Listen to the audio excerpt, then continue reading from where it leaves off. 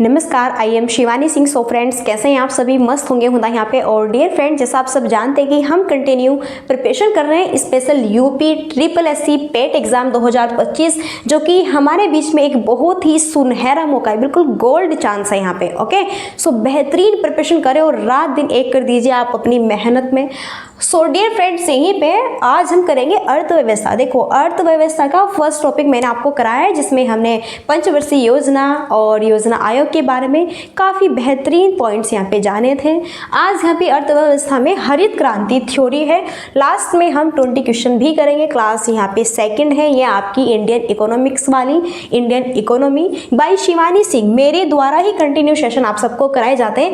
अरे भैया, बात करें, यहाँ पे एक फ्रेंड्स थे, सो उनका मैसेज था कि मैम आपका नाम क्या है। तो भाई यहाँ पे देखो, मैं अपना नेम बताती हूँ, बाय शिवानी सिंह। ओके, मेरा नाम शिवानी सिंह, यानी कि मेरे द्वारा ही यहाँ पे सेशन आपको कराए जा रहे हैं। ओके, सो उनका कमेंट था कि मैम आपका नाम क्या है। ओके, सो फ्रेंड्स, यहाँ पे हम देखेंगे हरित क्रांति के बारे में। बहुत ही बेहतरीन थ्योरी है और आप सबके लिए एक इम्पोर्टेंट पॉइंट्स हैं, और ये इंपॉर्टेंट पॉइंट्स हैं अगर आपको बिल्कुल फ्री में PDF चाहिए।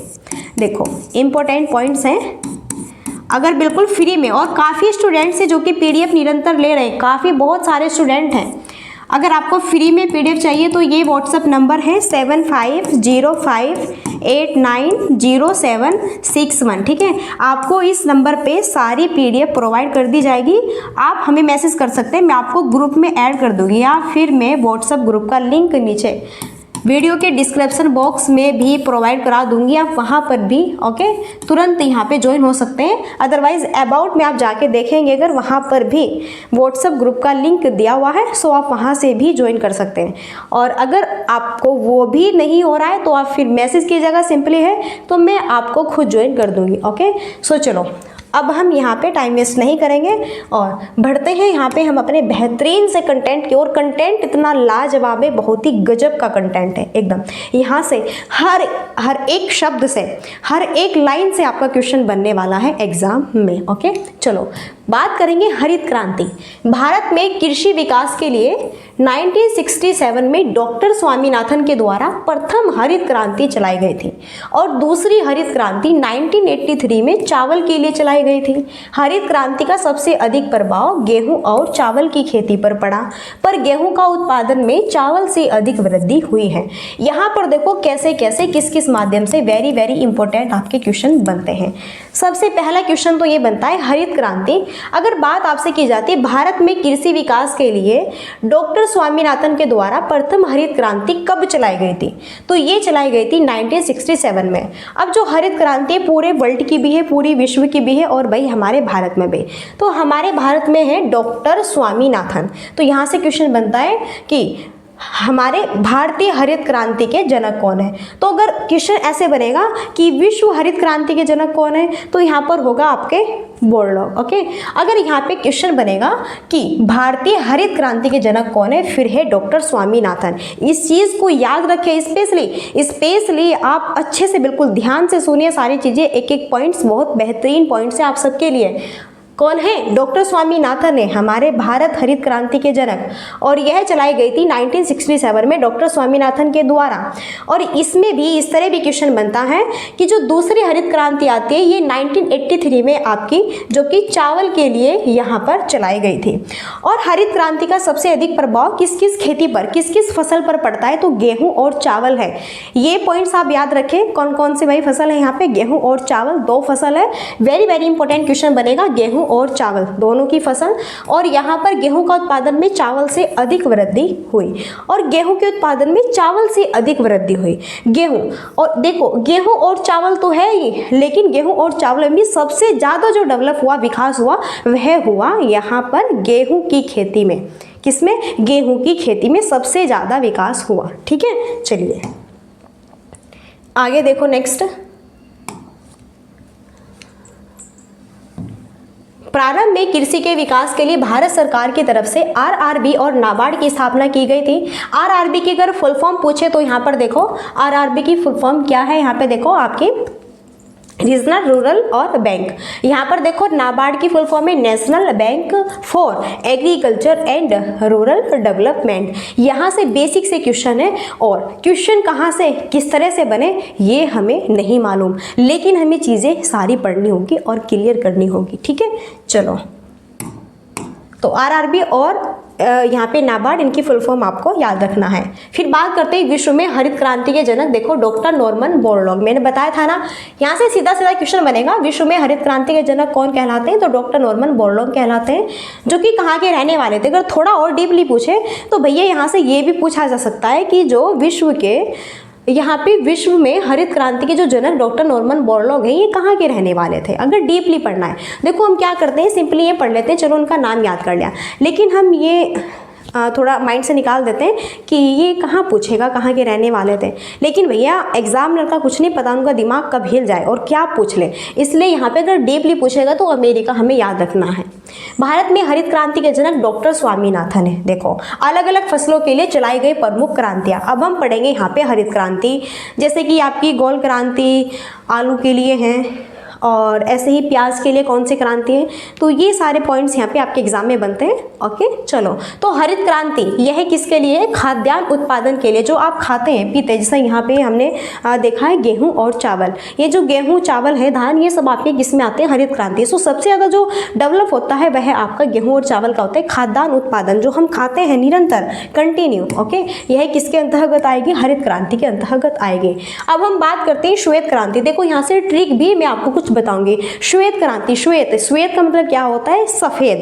क्या होता है, श्वेत का मतलब होता है सफेद। तो दूध क्या होता है, सफेद होता है कि नहीं। अरे भैया दूध काला थोड़ा ही होता है, लाल थोड़ा ही होता है, दूध सफेद होता है। तो दूध उत्पादन के लिए जो दूध है, दूध उत्पादन, डेयरी है, डेयरी उत्पादन, दूध उत्पादन के लिए क्या है, कौन सी क्रांति चलाई गई है, वो है श्वेत क्रांति। अब दूध है भैया सफेद होता है, तो उसने सफेद श्वेत सफेद श्वेत सफेद श्वेत क्रांति, इस तरह याद रखें, नोट यहाँ पे रखें।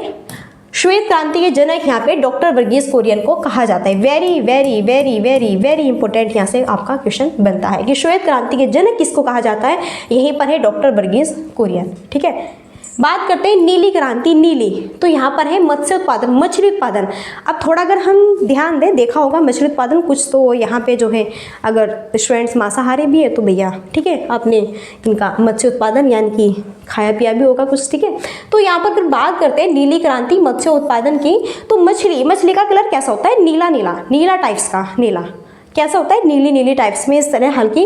ओके, तो यहाँ पर इसके अंतर्गत आएगी नीली क्रांति। फिर है पीली क्रांति, तिलहन उत्पादन, तिलहन, तिलहन, अरे भैया उसमें फूल होते हैं, फ्लावर जो होते हैं ऊपर वो पीले पीले होते हैं कि नहीं होते हैं, तो उससे याद रखो कि पीली क्रांति से तिलहन बन जाएगा। क्या, तिलहन उत्पादन। बात करें तिलहन उत्पादन, यह किस क्रांति का है, तो यह है पीली क्रांति। पीली क्रांति में किसका उत्पादन किया जाता है, तिलहन का। ओके, फिर है सुनहरी क्रांति, इसमें है जूट और फल। देखो जूट आपने देखे होंगे सुनहरे सुनहरे से होते हैं, तो यह किसके अंतर्गत आएगा, सुनहरी क्रांति। तो सारी चीजें आपकी एक एक पॉइंट्स ट्रिक से जुड़ी हुई है, जो कि हमें बहुत सिंपली याद हो जाएगी।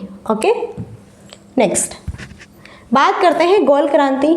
अब यहाँ पर गोल क्रांति देखो, आलू उत्पादन में गोल क्रांति, थोड़ा इमेजिनेशन कीजिए भैया, आलू कैसे कैसे, ज़्यादातर तो गोल गोल से ही होते हैं कि नहीं होते हैं, आलू भैया गोल गोल से ही होते हैं। वैसे तो तिरछा फिरछा इस तरह थोड़ा हल्के फुल्के हो जाता है ना, लेकिन फिर भी इमेजिनेशन करो आलू गोल होता है। ओके, तो यहाँ पर आलू उत्पादन यह किस क्रांति में आएगा, आपका गोल क्रांति के अंतर्गत आएगा। ठीक है, फिर है रजत क्रांति यानी कि अंडा और मुर्गी पालन आपका। ठीक है, रजत क्रांति के अंतर्गत आएगा। देखो यहाँ पे बात करें अंडा, अंडे के ऊपर जो यहाँ पे वो परत होती है, थोड़ा आपको यहाँ पे रजत यानी कि जो है जैसे चांदी सा इस तरह से, रजत थोड़ा मटेरियल सा इस तरह से है ना, इस तरह से इन्होंने इन क्रांतियों के नाम यहाँ पे रखे हुए हैं। फिर लाल क्रांति, देखो मांस एवं टमाटर, अरे भाई टमाटर लाल होते हैं और मांस भी वह चाहे किसी का भी हो सकता है यहाँ पे, तो मांस भी क्या होता है, लाल ही होता है, और टमाटर भी क्या है, लाल है। तो बस क्या है यहाँ पे, लाल क्रांति। तो लाल क्रांति का अंतर्गत किसका किसका उत्पादन है, मांस का और टमाटर का है।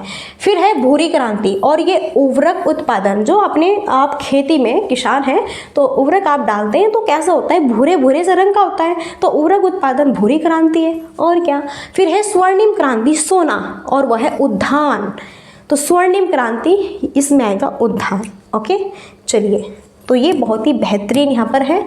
आगे बढ़ते हैं हम। नेक्स्ट देखो, तो जितनी भी क्रांति थी वो मैंने आपको बता दी है। यहीं से एक भी क्वेश्चन नहीं बचेगा, कैसे भी कितना भी डीपली क्वेश्चन ना पूछे आपसे, हर एक पॉइंट इसमें छिपा हुआ है, कहीं से भी कैसे भी पूछें, यहाँ से आप बिल्कुल भी ठीक है बाहर नहीं जाओगे। सिर्फ और सिर्फ पीडीएफ लो और अच्छे से ध्यान से दिन रात एक कर दो पढ़ाई में, और मेहनत इतनी करो कि जी जान लगा दो अपने सपनों को पाने में। ओके, तभी भैया आप अपने जीवन में सफल हो पाएंगे। नेक्स्ट है, भारत में हरित क्रांति सबसे ज़्यादा गेहूं और चावल में सफल रही। भारत में हरित क्रांति का सबसे ज़्यादा प्रभाव, देखो भारत में हरित क्रांति सबसे ज़्यादा गेहूं और चावल में तो सफल रही है, लेकिन इन दोनों फसलों में भी सबसे ज़्यादा प्रभाव गेहूं फसल पर पड़ा। और हरित क्रांति के दौरान मोटे अनाजों और दलहन का भी उत्पादन घट गया था। तो इस तरह क्वेश्चन बनता है कि हरित क्रांति के दौरान मोटे अनाज और दलहन का उत्पादन क्या घट गया था, फिर बढ़ गया था, क्या हो गया था? तो यह आपका घट गया था। क्यों? क्योंकि उस समय गेहूं और चावल इनकी भरमार ज़्यादा थी, इनका विकास काफ़ी डेवलप बेटर था, तो भैया इनका तो उत्पादन घटना ही था। चलिए नेक्स्ट, भारतीय कृषि के क्षेत्र में अधिक उपज वाली किस्मों का कार्यक्रम 1966 में शुरू किया गया था। खाद्य एवं कृषि संगठन FAO का हेडक्वार्टर कहाँ पर है? रोम कहाँ पर है? इटली में है।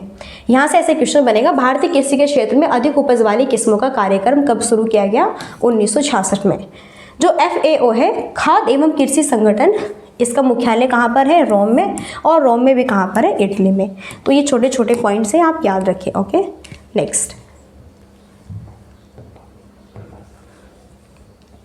चलिए नेक्स्ट है दूध विकास एवं ऑपरेशन फ्लड। अब हम इसके बारे में पढ़ेंगे, दूध विकास एवं ऑपरेशन फ्लड। दुग्ध क्रांति या ऑपरेशन फ्लड भारत की एक योजना है जिससे कि भारत में दूध की कमी को दूर किया जा सके। इसे श्वेत क्रांति भी कहते हैं। 13 जनवरी 1970 को इसकी शुरुआत हुई थी। श्वेत क्रांति दूध उत्पादन से संबंधित है। श्वेत क्रांति का जनक डॉक्टर वर्गीस कुरियन को कहा जाता है। आप देखो यहाँ पे जैसा कुछ फेस्टिवल्स होते हैं, यहाँ पे जैसा दीपावली है और यहाँ पे रक्षाबंधन वगैरह है, होली है, बहुत सारे फेस्टिवल्स होते हैं अन्य अन्य तरह के। तो जो है आप मिठाई विठाई लाते हैं, तो सारी चीज़ें किससे? भाई दूध से। आप कुछ भी बनाइए, सारी चीज़ें मिनिमम आपकी दूध से ही रेडी होते हैं। तो दूध, डेयरी का उत्पादन इंडिया में बहुत ज़्यादा है आपका। ओके, इस वजह से यहाँ से निरंतर आपके क्वेश्चन बनने की संभावना रहती है। और जो दूध है आपका, दूध उत्पादन, ये है श्वेत क्रांति के अंतर्गत आएगा। और यहीं पर भी अगर बात करें, इसके जनक कौन कहलाते हैं? डॉक्टर वर्गीस कुरियन कहलाते हैं। और इसकी स्टार्टिंग कब हुई थी? 13 जनवरी 1970 में हुई थी। ओके, श्वेत क्रांति की। तो ये सारे पॉइंट्स आपको याद रखने हैं। नेक्स्ट, अब पढ़ेंगे बैंकों का राष्ट्रीयकरण तथा सुधार। भारत में बैंकिंग का इतिहास। भारत में बैंकिंग का प्रारंभ 1770 ईस्वी में बैंक ऑफ हिंदुस्तान की स्थापना के साथ हुआ, जो कि यूरोपीय प्रबंधन के तहत कोलकाता में पहला बैंक था। ओके, इस तरह आप याद रख सकते हैं। नेक्स्ट, फिर देखो यहाँ पे इसके बाद में 1786 ईस्वी में जनरल बैंक ऑफ इंडिया की स्थापना हुई, और इसके बाद 1806 में पहला प्रेसिडेंसी बैंक व बैंक ऑफ कलकत्ता स्थापित हुआ। इसका नाम 1808 में बैंक ऑफ बंगाल हो गया, और इसके बाद 1840 ईस्वी में बैंक ऑफ बॉम्बे तथा 1843 ईस्वी में बैंक ऑफ मद्रास अस्तित्व में आई। तो ये सारी चीज़ें हैं, नोट डाउन कर लेनी है, काफ़ी इंपॉर्टेंट है। Okay, general bank of India की स्थापना, तो यहाँ पे देखो 1786 में, इसके बाद 1806 में पहला प्रेसिडेंसी बैंक व बैंक ऑफ कलकत्ता स्थापित हुआ। इसका नाम 1808 में बैंक ऑफ बंगाल हो गया। फिर यहाँ पे प्रेसिडेंसी बैंक व बैंक ऑफ कलकत्ता, इसका नाम फिर 1808 में बैंक ऑफ बंगाल हो गया। फिर इसके बाद 1840 ईस्वी में बैंक ऑफ बॉम्बे, फिर 1843 ईस्वी में बैंक ऑफ मद्रास अस्तित्व में आया। तो यहाँ से इस तरह क्वेश्चन बनेगा, बैंक ऑफ मद्रास कब अस्तित्व में आया, बैंक ऑफ बॉम्बे कब आया, बैंक ऑफ बंगाल कब आया, बैंक कलकत्ता कब आया, इस तरह से क्वेश्चन बनेंगे। तो इनकी आपको टाइमिंग डेट याद रखनी है। और फिर बाद में 1921 में इन्हीं तीनों प्रेसिडेंसी बैंकों को मिलाकर इंपीरियल बैंक ऑफ इंडिया का गठन किया गया, जो कि 1 जुलाई 1955 को राष्ट्रीयकृत होकर भारतीय स्टेट बैंक यानी कि SBI के रूप में जाना गया। इसकी स्थापना 1955 SBI भारत का सबसे बड़ा व्यापारिक बैंक SBI है। भारतीय स्टेट बैंक का हेडक्वार्टर यहाँ पे मुंबई में है। ओके सारी चीज़ें बिल्कुल क्लियर है और सीक्वेंस वाइज है। देखो तो मज़ा कितना आता है पढ़ने में, क्यों? क्योंकि इंटरेस्ट सेशन हमारा इसलिए बनता है कि सारी चीज़ें बिल्कुल ऐसे सीक्वेंस वाइज, जैसे कि हम मोती, जैसे कि माला होते हैं ना मोती की, और एक एक मोती को अच्छे से हम पिरोते हैं, ऐसे ही एक एक पॉइंट्स को मैंने अच्छे से यहाँ पे संजोए हुए हैं आप सबके लिए। बहुत ही बेहतरीन कंटेंट है। सिर्फ और सिर्फ आपको अपना टाइम वेस्ट नहीं करना है, बार बार कह रही हूँ, कहीं पर भी टाइम वेस्ट नहीं करना है। ओनली PDF खरीदिए या फिर खुद नोट्स बनाइए अगर आपकी इच्छा है। अगर आप इन नोट्स नहीं पढ़ सकते तो खुद भी इन चीज़ों को आप नोट कर सकते हैं अपने अपने थ्रू, लेकिन सिर्फ और सिर्फ इन चीज़ों को आप पढ़िए। इधर उधर अगर आप ध्यान भटकेंगे, ये पढ़ लो, उस चैनल से वो पढ़ लो, फलाने से पढ़ लो, ढिमकाने से पढ़ लो, तो टाइम वेस्ट होगा। देखो बहुत छोटी सी वीडियो है और बहुत छोटे से टाइम में आपको इतनी चीज़ें यहाँ से प्रोवाइड कर दी जा रही है कि ये हमारे लिए गोल्ड चांस है, ठीक है। और साथ ही साथ में सारे सब्जेक्ट्स हम यहाँ पे कवर करेंगे। अभी काफ़ी टाइम है हमारे पास में, क्लियर। और फिर हम लास्ट में जैसे ही सारी थ्योरी और ये हो जाएंगे, फिर हम यहाँ पे प्रीवियस क्वेश्चन पेपर प्रैक्टिस करते रहेंगे आपके, जब तक एग्ज़ाम नहीं हो जाता। चलो, तो ये यहाँ पे जो तीनों प्रेसिडेंसी बैंक है, इनको मिला के इंपीरियल बैंक ऑफ इंडिया का गठन किया गया है आपका 1 जुलाई 1955। तो यहाँ से इस तरह क्वेश्चन बनता है, बैंक ऑफ इंडिया का गठन आपका जो इंपीरियल बैंक ऑफ इंडिया है, इसका गठन कब किया गया? 1 जुलाई 1955 को राष्ट्रीयकृत होकर भारतीय स्टेट बैंक SBI के रूप में इसे जानेगा, फिर इसे SBI के रूप में जानेगा। देखो कैसे कैसे 3 प्रेसिडेंसी हुई और फिर कैसे कैसे इंपीरियल बैंक ऑफ इंडिया बना, फिर SBI के रूप में जाना गया इसे, फिर यह भारत का सबसे बड़ा व्यापारिक बैंक यहाँ पे SBI बैंक बन गया। SBI इसकी फुल फॉर्म बात करें स्टेट बैंक ऑफ इंडिया, इसका हेडक्वार्टर कहाँ पर है? आपका मुंबई में है। इस चीज़ को ध्यान रखें, यहाँ से हेडक्वार्टर से भी काफ़ी क्वेश्चन बनते हैं, ठीक है। हेडक्वार्टर पूछ लिया जाता है, हेडक्वार्टर कहाँ पर है। इसके बाद में bank of upper India, Allahabad bank, Awadh commercial bank और पंजाब नेशनल बैंक आते हैं 1894 में, इनकी स्थापना होती है। तो bank of upper India, Allahabad bank और अवध कमर्शियल बैंक और पंजाब नेशनल बैंक, इसकी स्थापना होती है 1894 में। कब होती है? 1894 में इनकी स्थापना होती है। सारी चीज़ें क्लियर है, याद रखें। नेक्स्ट, अब हम पढ़ेंगे बैंकों का राष्ट्रीयकरण। बैंकों का राष्ट्रीयकरण अब हम पढ़ने वाले हैं। राष्ट्रीयकरण का अर्थ है सरकारीकरण। जब किसी संस्था या व्यापारिक इकाई का स्वामित्व सरकार के अधीन हो जाता है तो उसे राष्ट्रीयकृत या फिर राष्ट्रीयकरण भी कहा जाता है। सरकार का स्वामित्व तब माना जाता है जब उसकी पूंजी का न्यूनतम 51% हिस्सा जो है सरकार के पास में हो। तो बैंकों का राष्ट्रीयकरण, राष्ट्रीयकरण का अर्थ क्या होता है? तो यहाँ से सिंपली क्वेश्चन बन सकता है, राष्ट्रीयकरण का अर्थ क्या होता है? सरकारीकरण होता है। जब किसी संस्था या व्यापारिक इकाई का स्वामित्व सरकार के अधीन हो जाता है तो उसे ही राष्ट्रीयकृत या फिर राष्ट्रीयकरण कहते हैं। और सरकार का स्वामित्व तब माना जाता है जब उसकी पूंजी का न्यूनतम यानी कि 51% हिस्सा सरकार के पास में हो। ओके, चलिए नेक्स्ट। यहाँ पर देखो, भारतीय बैंकिंग इतिहास में 19 जुलाई 1969 को 14 निजी बैंकों का राष्ट्रीयकरण कर दिया गया। उस वक्त ये बैंक देश के बड़े औद्योगिक घराने चला रहे थे। तो भारतीय बैंकिंग इतिहास में कब 14 निजी बैंकों का राष्ट्रीयकरण किया गया? यहाँ पे 19 जुलाई 1969 को। ये डेट याद रखें, यह क्वेश्चन आपका काफ़ी इम्पोर्टेंट क्वेश्चन रहता है। ओके, चलिए अब यहाँ पर देखो, इन बैंकों में Central Bank of India, Punjab National Bank, Bank of Baroda, Dena Bank, UCO Bank, Canara Bank, United Bank, Syndicate Bank, Union Bank of India, Allahabad Bank, Indian Bank, Indian Overseas Bank और बैंक ऑफ महाराष्ट्र, ये कब। ओके डियर फ्रेंड्स, तो यहाँ पे सारी चीज़ें clear है। देखो जो यहाँ पे हमने बताई 14 जो बैंक है, ओके, वो इनके यहाँ पे नेम है Central Bank of India, Punjab National Bank, Bank of Baroda, Dena Bank, UCO Bank, Canara Bank, okay, और लास्ट में महाराष्ट्र। यहाँ पे ये सभी इसमें क्या है, शामिल है। ओके, आगे देखो, अब यहाँ पे हम बात करते हैं RBI, रिजर्व बैंक की। भारतीय रिजर्व बैंक बहुत ही बेहतरीन, यहाँ से क्वेश्चन आपका एक भी बाहर नहीं जाएगा। हर एक पॉइंट्स से आपका यहाँ से किस तरह क्वेश्चन बनेगा। देखो सबसे पहले देखो RBI, यानी कि यहाँ पर अगर हम बात करें, इसकी फुल फॉर्म होती है RBI की, रिजर्व बैंक ऑफ इंडिया। भारतीय रिजर्व बैंक देश का सबसे बड़ा बैंक है और देश में मौद्रिक नीति का निर्धारण भी RBI बैंक ने ही किया है। और यहाँ पे जो आरबीआई बैंक है इसकी स्थापना होती है 1 अप्रैल 1935 में और इसका हेडक्वार्टर है मुंबई में। अगर यहीं से पूछे भारतीय रिजर्व बैंक का राष्ट्रीयकरण ये होता है 1 जनवरी 1949 को। ओके, सारी चीज़ें क्लियर है, ये आपको पॉइंट्स याद होने चाहिए। ठीक है, तो यहाँ से देखो आरबीआई ये बहुत इंपॉर्टेंट, अभी हमने एसबीआई के बारे में पढ़ा, लेकिन यहाँ पे जो आरबीआई बैंक है ये एसबीआई बैंक से भी ज़्यादा इंपॉर्टेंट है। क्यों है? क्योंकि एक तो देश का सबसे बड़ा केंद्रीय बैंक है यहाँ पे आरबीआई, और एक इसी के अनुसार मौद्रिक नीति का निर्धारण होता है। और यहाँ पे इसकी स्थापना पूछे तो यहाँ पे 1 अप्रैल 1935 को होती है, हेडक्वार्टर मुंबई में है और राष्ट्रीयकरण होता है 1 जनवरी 1949 को। तो दोनों यहाँ पे डेट याद रखनी है और कंफ्यूजन में नहीं होना है। ओके, चलिए नेक्स्ट बात करते हैं। भारतीय रिजर्व बैंक को बैंकों का बैंक भी कहा जाता है। अब रेपो दर पढ़ते हैं, इसे क्या कहते हैं? यह वह दर है जिस पर आरबीआई वाणिज्यिक बैंकों को अल्पकालीन ऋण उपलब्ध कराता है। इसे ही हम क्या कहते हैं? रेपो दर कहते हैं। तो भैया रेपो दर किसे कहा जाता है?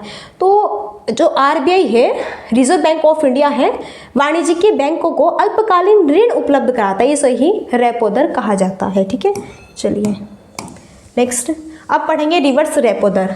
तो यह वह दर है जिस पर आरबीआई वाणिज्यिक बैंकों की आरबीआई में जमाओं पर ब्याज देता है, यह रिवर्स रेपो दर कहलाता है। तो ये सारी चीज़ें याद रखें।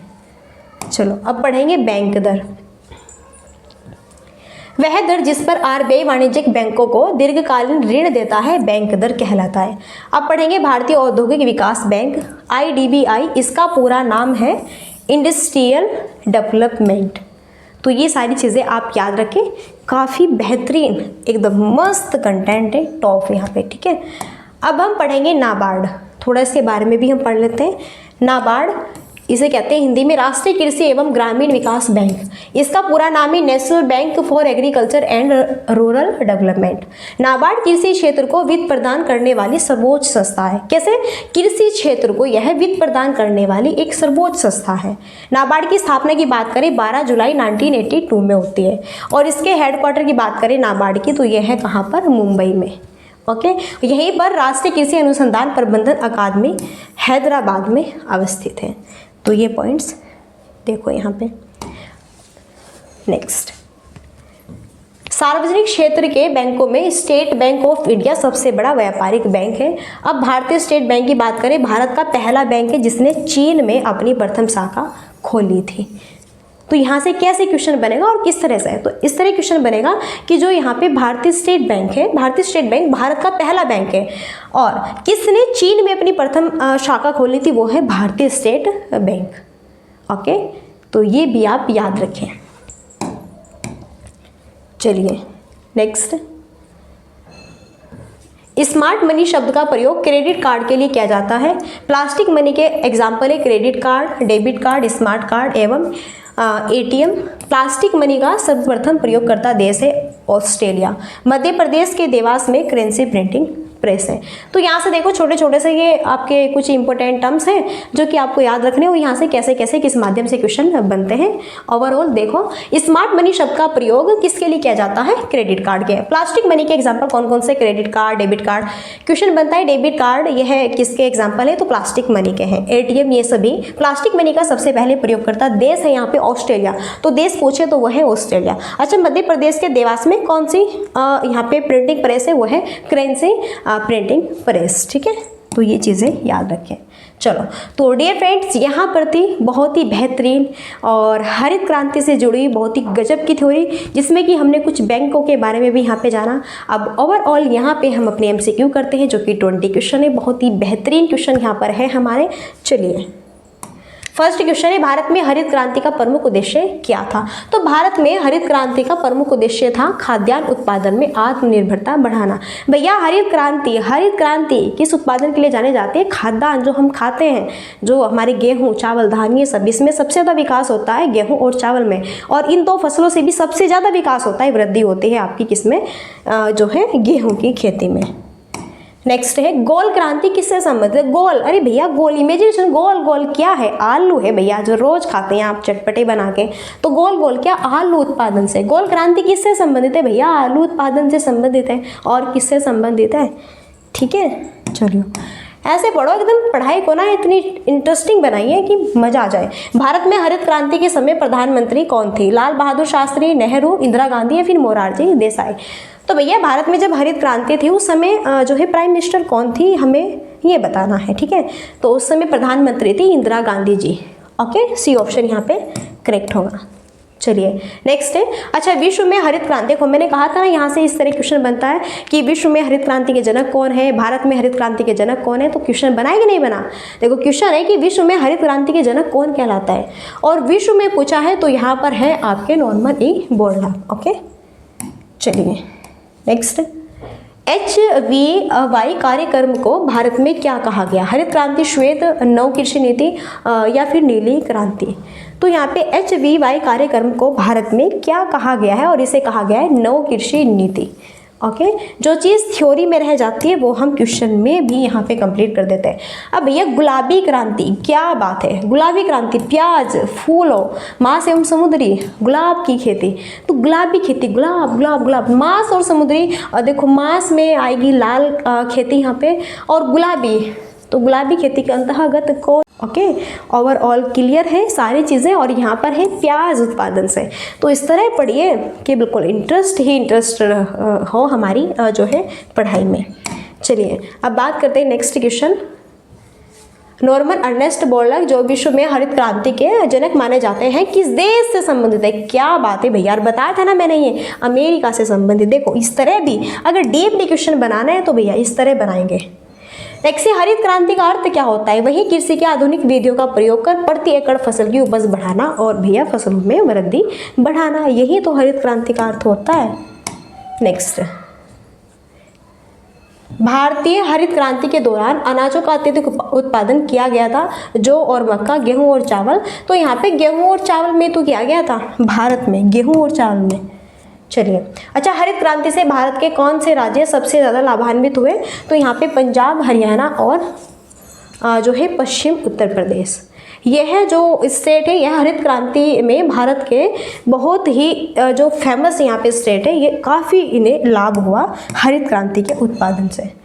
फिर बात करते हैं तिलहन के उत्पादन में कौन सी क्रांति? तो तिलहन इस पे किस तरह के फ्लावर आते हैं? पीले पीले, तिलहन, तो पीली क्रांति हो जाएगा। नीली क्रांति मत्स्य, मछली, नीली होती है, श्वेत सफ़ेद होता है, दूध, है ना, इस तरह याद करो। अच्छा, भारत में हरित क्रांति के प्रणेता या जनक कौन है? तो भैया स्वामीनाथन जी हैं। नाथ, स्वामीनाथ, ऐसे ही नेम होते हैं ना इंडिया में, नाथ, नाथन, रमेश, मोहन, है ना, सुरेश, क्या बात है। नेक्स्ट देखो, हरित क्रांति का सबसे अधिक प्रभाव किस फसल के उत्पादन? देखो हरित क्रांति का सबसे अधिक प्रभाव किस फसल पर पड़ा? वैसे तो गेहूं और चावल है, लेकिन सबसे ज़्यादा है गेहूं। ओके, चलिए नेक्स्ट है यहाँ पे, ऑपरेशन फ्लड सेकंड का संबंध किससे है? और ये है दुग्ध आपूर्ति से। हमने पढ़ा था ना ऑपरेशन फ्लड, दुग्ध यहाँ पे आपूर्ति, यानी कि दुग्ध आपूर्ति वही श्वेत क्रांति संबंधित है।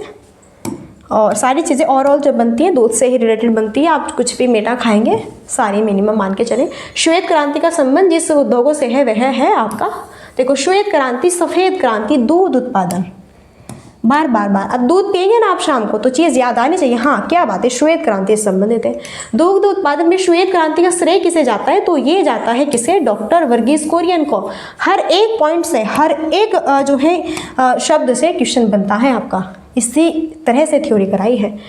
बात करें वर्ष 1970 में नेशनल डेयरी डेवलपमेंट बोर्ड ने ऑपरेशन फ्लड नाम से एक परियोजना शुरू की थी, जिसे किस नाम से भी जाना जाता है? हरित क्रांति, नीली, श्वेत और पीली क्रांति। तो एक नेशनल डेयरी, अब डेयरी हम किससे संबंधित? डेयरी, अरे भैया दूध की तो डेयरी खोलते हैं हम, ठीक है, तो यहाँ पर है श्वेत क्रांति से संबंधित है ये। कैसे भी क्वेश्चन पूछे बस इन्हें घुमाना है और हमें घूमना नहीं है। भारत में ऑपरेशन फ्लड को कितने चरणों में लागू किया गया? 1, 2, 3 या फिर 4? तो भारत में जो ऑपरेशन फ्लड है इन्हें कितने चरणों में लागू किया गया है ये बताना है। सो ये किया गया है 3 चरणों में। नेक्स्ट है देखो स्क्रीन पर क्वेश्चन, राष्ट्रीय डेयरी विकास बोर्ड यानी कि NDDB की स्थापना कब हुई थी? ये हुई थी 1965 में, पॉइंट्स याद रखें। नेक्स्ट और लास्ट क्वेश्चन है, काफ़ी गजब का क्वेश्चन है। दूध देने वाले मवेशियों का प्रजनन, देखभाल, दूध की खरीद तथा दुग्ध के विभिन्न उत्पादों के रूप में प्रोसेसिंग इसके अंतर्गत आती है। किसके? डेयरी फार्मिंग के भैया, या तो यहाँ पे दुग्ध उत्पादन है तो श्वेत क्रांति के अंतर्गत आएगा, या फिर डेयरी हम किसके लिए खोलते हैं भैया? दूध बेचने के लिए, दुग्ध उत्पादन, यही तो है। क्लियर? ओवरऑल चीज़ें डेयरी फार्मिंग सारी चीज़ें इसी के ही अंतर्गत आएगी। ठीक है, चलिए तो फ्रेंड्स यहाँ पे ये हमारा सेशन था जो कि काफ़ी बेहतरीन सेशन था, काफ़ी मेहनत इसमें हुई है बहुत ज़्यादा। देखो जो ये थ्योरी हम लाते हैं, ये सारी चीज़ें इनमें जो है टाइप करने में बहुत टाइम लगता है। तो अब देखते हैं कि आप हमारी मेहनत को कितना सफल बनाते हैं और कितना नहीं, तो वो आपके ऊपर डिपेंड करता है। बल्कि हम तो पूरा आपके लिए 100% अपना देते हैं, बाकी आपके ऊपर डिपेंड है आप हमें 100% देते हैं कि नहीं देते हैं। तो चलिए फ्रेंड्स, अब यहीं पे हम मिलते हैं नेक्स्ट सेशन में। और सेशन अगर आपको बेस्ट और मस्त लगा तो सेशन को सब्सक्राइब करना बिल्कुल न भूलें। ओके, और मिलते हैं नेक्स्ट सेशन में, और तब तक के लिए so thanks for watching, keep study and bye bye, take care, जय हिंद, जय भारत, नमस्कार।